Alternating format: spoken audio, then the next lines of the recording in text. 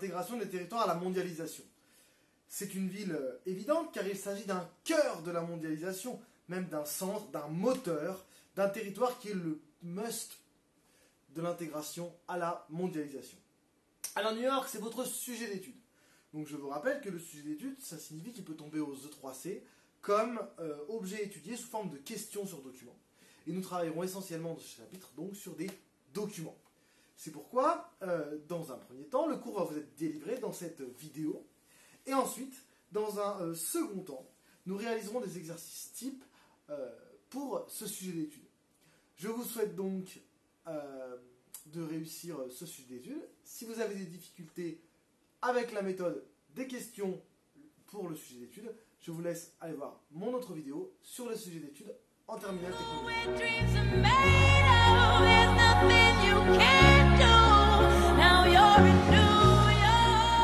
Bienvenue donc dans ce cours.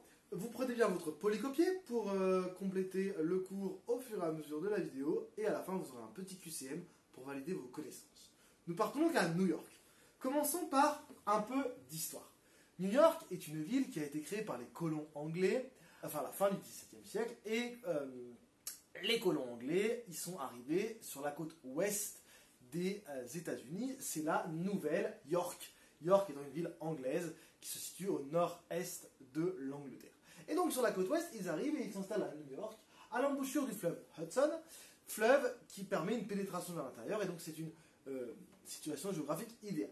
Nos Anglais créent une ville en dehors de rien, et c'est une ville qui est donc faite en carré, alors c'est qu'on a la première avenue, deuxième avenue, troisième avenue, quatrième avenue, et ce plan en damier, créé par les nouveaux arrivants, est typique des villes américaines qui sont faites sur ce modèle-là.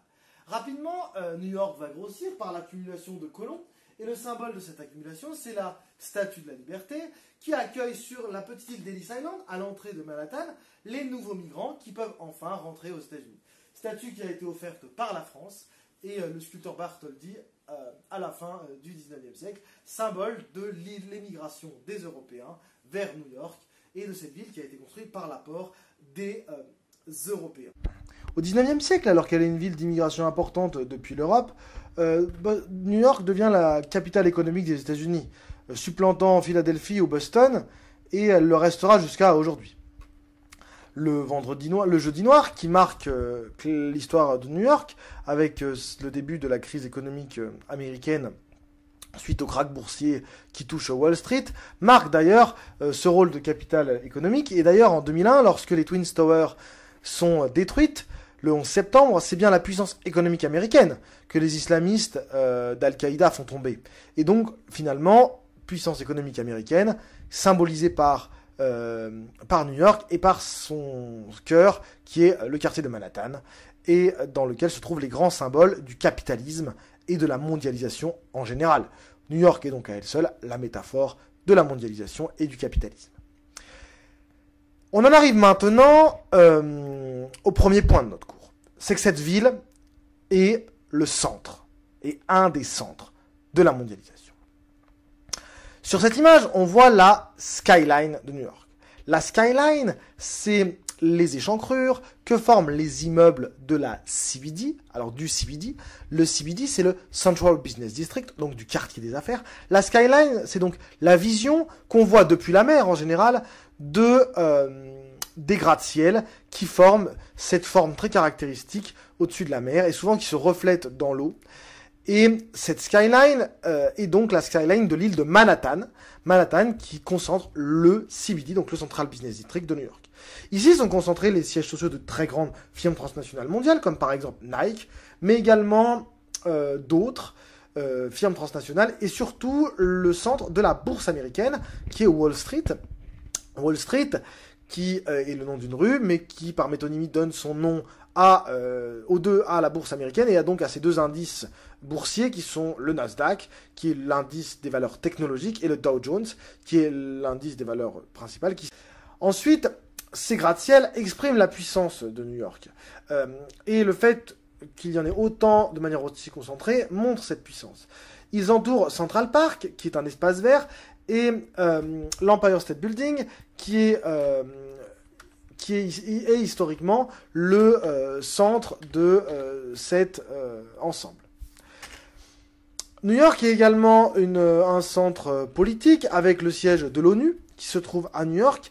Et ce qui fait donc il y a le Conseil de sécurité de l'ONU également à New York, ce qui fait de New York un des grands centres politiques mondiaux et de la gouvernance politique mondiale.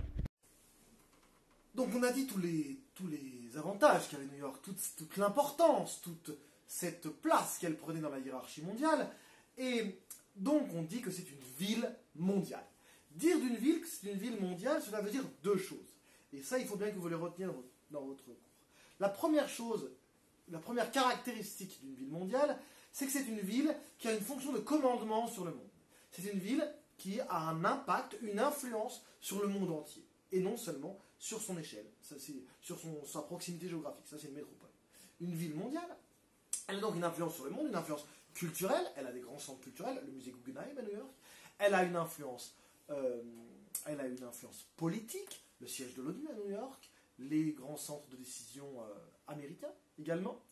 Elle a une influence économique, alors là, New York avec la Wall Street, la principale place financière mondiale, elle a une influence économique énorme. Ensuite, donc une ville mondiale, c'est une ville qui a une grande influence, je le dis. Mais c'est également une ville qui reproduit à l'intérieur d'elle-même les caractéristiques de la mondialisation.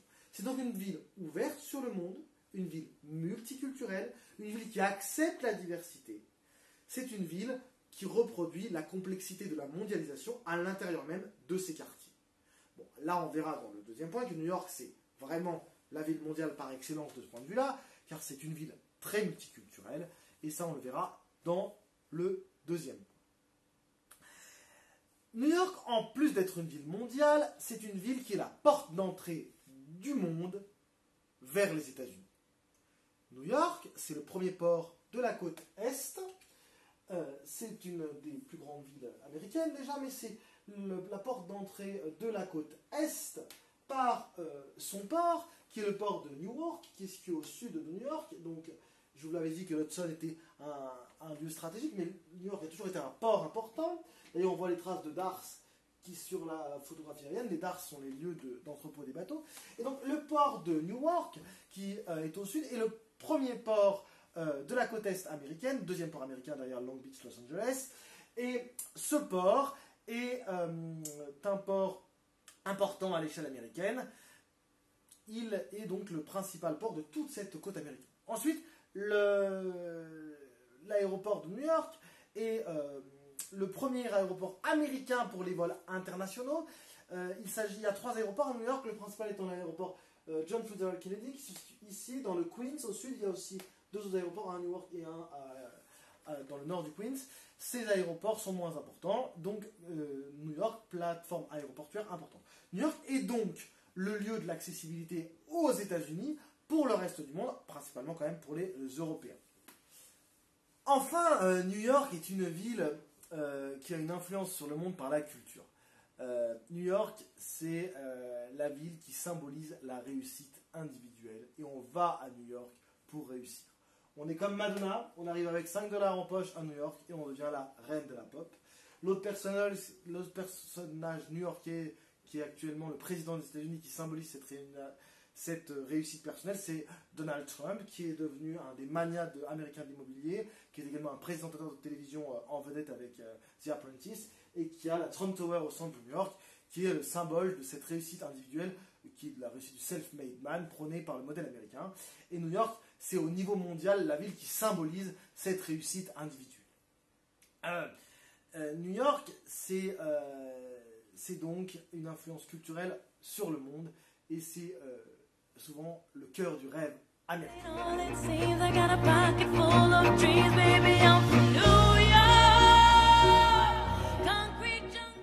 Donc, après avoir vu que New York était une ville mondiale, qu'elle avait une influence sur le monde, on va rentrer à l'intérieur de New York. On va voir que New York, c'est une ville contrastée, qui est une métropole américaine type par certains côtés, et qui a des caractéristiques internes qui sont les fruits du fait que ce soit une ville mondiale. Donc tout d'abord, New York se trouve être une ville extrêmement cosmopolite. Sur l'image, on a une image de la Fashion Week, qui est un défilé de mode qui dure une semaine, qui est fait à New York et dans lequel la diversité ethnique est mise en avant. Et donc là, on voit sur l'image, excusez-moi, on voit sur l'image différentes femmes de différentes origines ethniques qui portent des robes de différents âges également. Et donc New York se veut être un condensé du monde à l'intérieur même de la ville. New York, c'est quand même une ville qui est très cosmopolite dans le sens où 37% des habitants de la ville ne sont pas nés aux États-Unis, contre 13% dans le reste des États-Unis.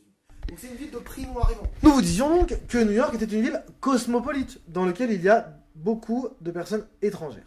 C'est une ville dans laquelle on retrouve donc forcément beaucoup de Noirs. Les Afro-Américains, ils sont en effet plus nombreux que dans la population américaine classique. C'est également une ville dans laquelle les Hispaniques et les Asiatiques sont plus présents que dans la moyenne américaine.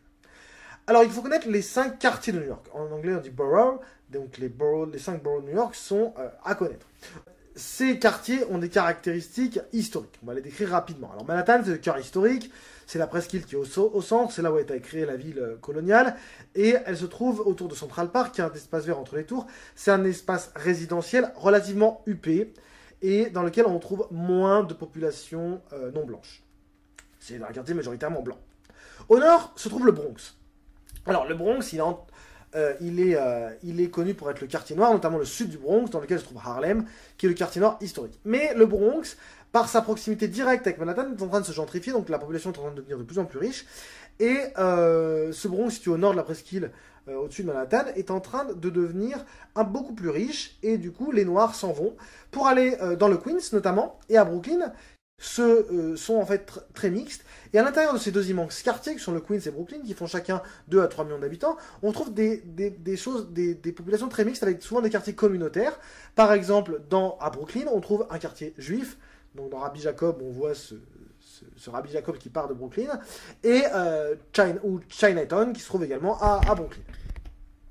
C'est une ville donc qui est très inégalitaire, avec des quartiers plus pauvres. Donc le Bronx reste le plus pauvre et le plus afro-américain. Certaines zones du Queens sont très riches, et Manhattan, bien sûr, qui est très riche. Sur l'ensemble de la ville, 10% de la population vit sous le seuil de pauvreté, et on a énormément de sans domicile fixe, 61 000. Donc c'est une ville inégalitaire, comme beaucoup de villes américaines. Cette ville est une ville immense. Elle dépasse les 18 millions d'habitants pour l'ère urbaine, cependant c'est difficile de compter. Parce que la ville de New York, si on prend la commune au sens administratif du terme, elle comprend 8 millions d'individus. Alors que le district métropolitain, c'est-à-dire toutes les populations qui sont sous l'influence de New York, donc dont une part importante vient travailler dans le pôle urbain de New York, représente 22 millions d'habitants.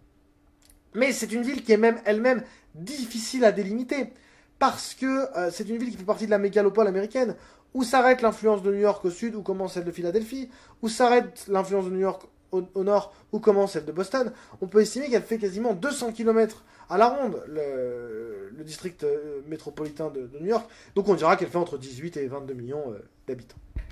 New York, attention, chers élèves, il y a un État qui s'appelle l'État de New York, dont New York n'est pas la préfecture. C'est Albany, une petite ville au nord de New York, qui est la préfecture de l'État de New York.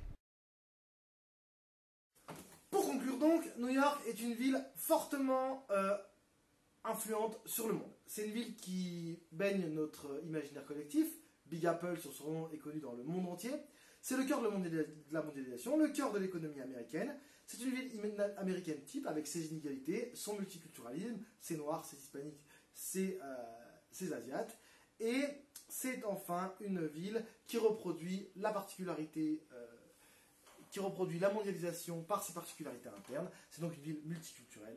C'est donc une ville commandante de la mondialisation et une ville mondialisée de l'intérieur. C'est donc bien la ville mondiale par excellence.